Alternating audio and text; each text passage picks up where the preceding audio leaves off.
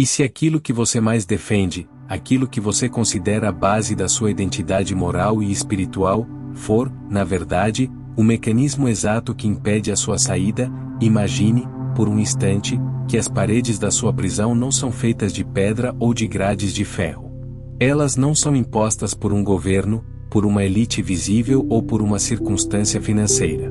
Imagine que as grades mais intransponíveis desta realidade foram forjadas, tijolo por tijolo, pelas suas próprias certezas, pela sua fé, pela sua esperança. Hoje, nós não vamos falar sobre conspirações externas. Não vamos falar sobre o que eles estão fazendo nos bastidores da política ou da economia. Hoje, nós vamos olhar para o arquiteto que vive dentro da sua mente. Vamos dissecar o mecanismo mais insidioso da Matrix, a capacidade de usar a sua própria luz para cegar a sua visão. Existe um texto antigo, encontrado na biblioteca de Nag Hammadi, chamado o Evangelho da Verdade. E ele contém uma premissa aterrorizante para o ego, mas libertadora para o espírito, a de que este mundo não foi criado por excesso de poder, mas por uma falha de percepção. E essa falha, esse erro, continua se replicando agora, neste exato momento, através daquilo que você chama de crença. Respire fundo. O que vou compartilhar com você hoje exige que você suspenda o julgamento e ative a sua intuição mais profunda. Aquela parte de você que sempre sentiu que o jogo estava fraudado, mas nunca soube explicar como. Vamos começar desmantelando o altar. A maioria de nós caminha pela vida acreditando que existe uma batalha clara entre o bem e o mal, entre o sagrado e o profano. Nós fomos treinados a escolher um lado. De um lado, temos o devoto religioso, aquele que entrega sua soberania a uma figura externa, aguardando salvação, aguardando um Messias, aguardando o julgamento final. Do outro, temos o ateu materialista, que nega o espírito e se tranca voluntariamente na densidade da matéria, acreditando apenas naquilo que seus 5 sentidos limitados podem tocar. O sistema, a Matrix, adora ambos. Na verdade, o sistema precisa de ambos. Porque o princípio de controle desta realidade não é a verdade, é a polaridade. Perceba a ironia: o materialista está preso na caixa da matéria, e o religioso está preso na caixa da espera. Nenhum dos dois está presente. Nenhum dos dois é soberano. Ambos terceirizaram sua autoridade, um para a ciência do consenso, o outro para o dogma da instituição. E enquanto eles brigam, enquanto debatem quem está certo, a energia deles é drenada. O sistema se alimenta do conflito, não da resolução. Existe um conceito no ocultismo moderno chamado tulpa. É a ideia de que o pensamento focado, carregado de emoção, pode criar uma forma pensamento autônoma, uma entidade que ganha vida própria. Agora, inverta essa lógica.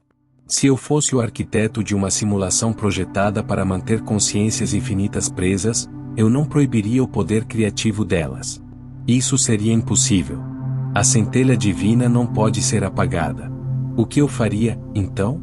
Eu faria com que essas consciências acreditassem tão cegamente em suas próprias limitações, que elas usariam seu poder divino para manifestar suas próprias grades. Você entende a gravidade disso? A sua crença de que você é apenas humano, de que você é pecador, ou de que você é uma vítima do destino, não é apenas um pensamento triste. É uma ordem de comando para a realidade.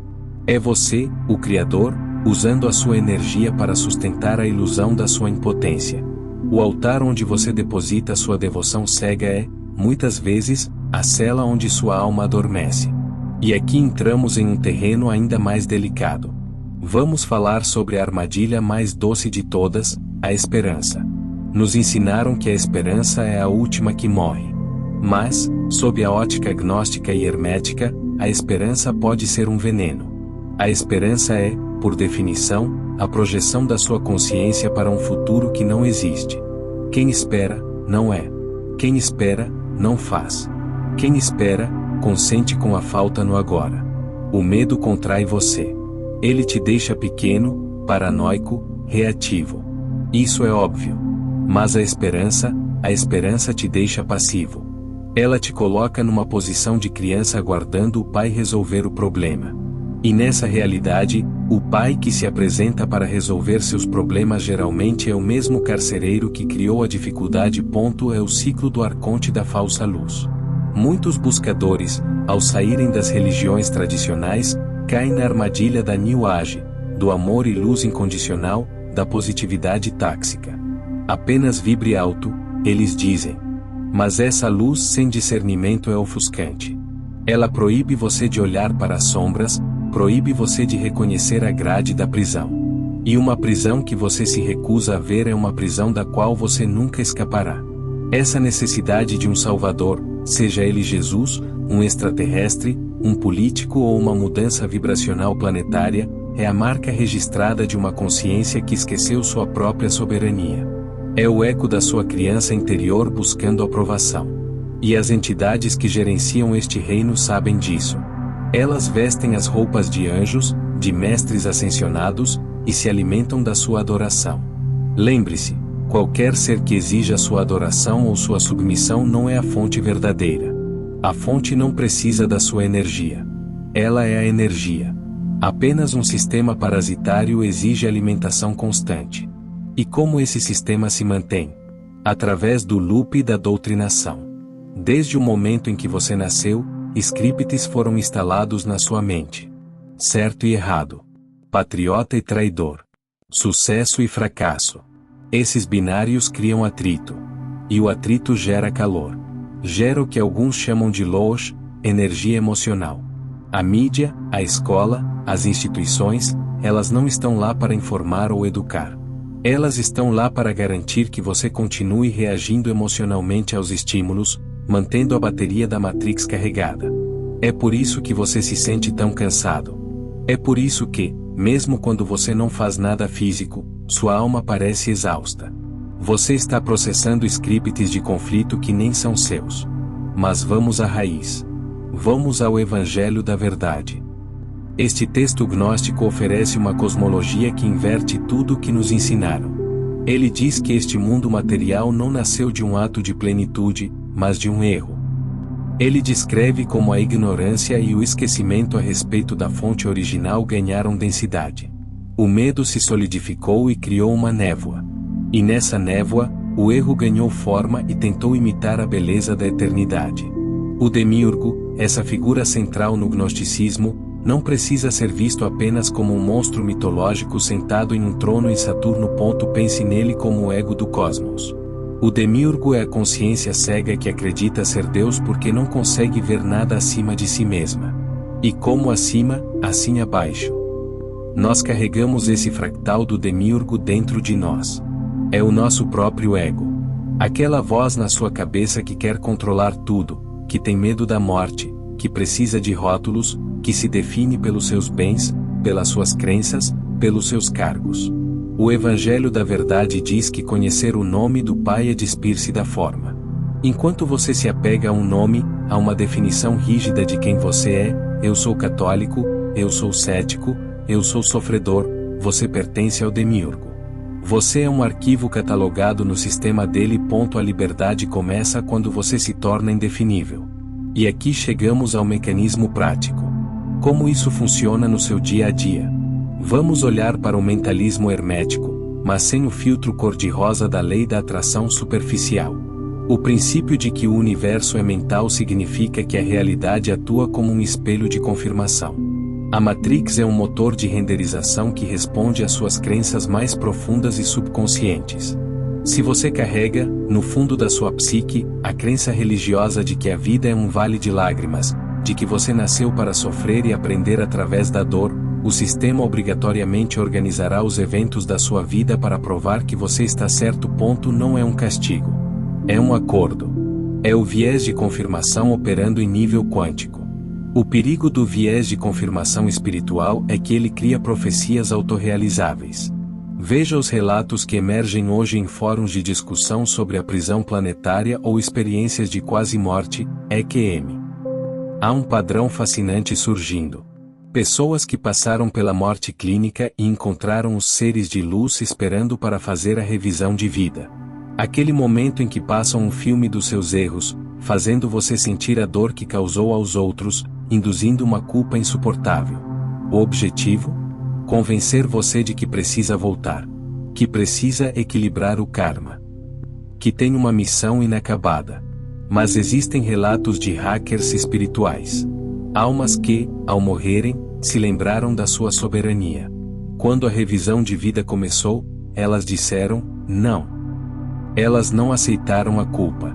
Elas reconheceram que aqueles seres não eram juízes divinos, mas burocratas do astral, arcontes disfarçados. E sabe o que aconteceu nos relatos? A autoridade desses seres desmoronou. Porque eles não têm poder real sobre você. Eles têm apenas o poder que você cede através da sua crença na autoridade deles. A prisão só funciona se você acreditar que é um prisioneiro. Isso também se manifesta naquilo que chamamos de programação preditiva. A mídia insere constantemente visões de apocalipse, pandemias, guerras e distopias na ficção e no noticiário. Por quê? Apenas entretenimento? Não. Eles precisam do seu consentimento. Eles precisam que a coletividade humana, com seu imenso poder criativo, visualize e sinta medo desses cenários, para trazê-los à existência. Quando você consome esse conteúdo e sente medo, você está assinando embaixo. Você está ajudando a renderizar o pesadelo. Então, qual é a saída? Se a crença é a cela, a descrença é a chave? Cuidado! O oposto da fé cega não é o ateísmo reativo. O ateísmo ainda é uma crença na não existência. A saída é a gnose. E a gnose não é acreditar. Gnose é saber. Quem sabe, não precisa acreditar. Você não acredita que está respirando agora, você sabe. A chave para desmantelar a sua prisão pessoal é alcançar um estado de neutralidade consciente. O silêncio é a capacidade de observar uma informação, um pensamento intrusivo, uma notícia terrível, ou até mesmo uma promessa de salvação, e não engajar, não reagir, não rotular. É tornar-se transparente para o sistema. O sistema opera por algoritmos de comportamento. Ele sabe quais botões apertar para te fazer sentir raiva, medo ou desejo. Quando você pratica a soberania do silêncio, quando você para de reagir aos gatilhos, você se torna imprevisível. Você se torna um erro na programação deles. Você corta o cabo de alimentação. Você deixa de ser uma bateria e volta a ser um observador. A proposta aqui não é que você abandone o mundo ou se torne indiferente ao sofrimento. É que você pare de alimentar as causas do sofrimento com a sua energia inconsciente. A verdadeira ação nasce desse lugar de quietude, não do desespero. O convite final é para uma não crença radical. Uma limpeza do disco rígido. Pergunte a si mesmo, quem é você antes de qualquer crença ter sido instalada? Quem era você antes de te darem um nome? Antes de te dizerem o que é Deus? Antes de te ensinarem o que é pecado? Lá no fundo, por trás de todas as camadas de programação, existe algo que não foi criado pelo demiurgo. Existe uma centelha que não pertence a este lugar. O pneuma. O espírito. E essa parte de você não precisa ser salva, porque ela nunca esteve perdida. Ela apenas esqueceu. Ela está sonhando que é pequena.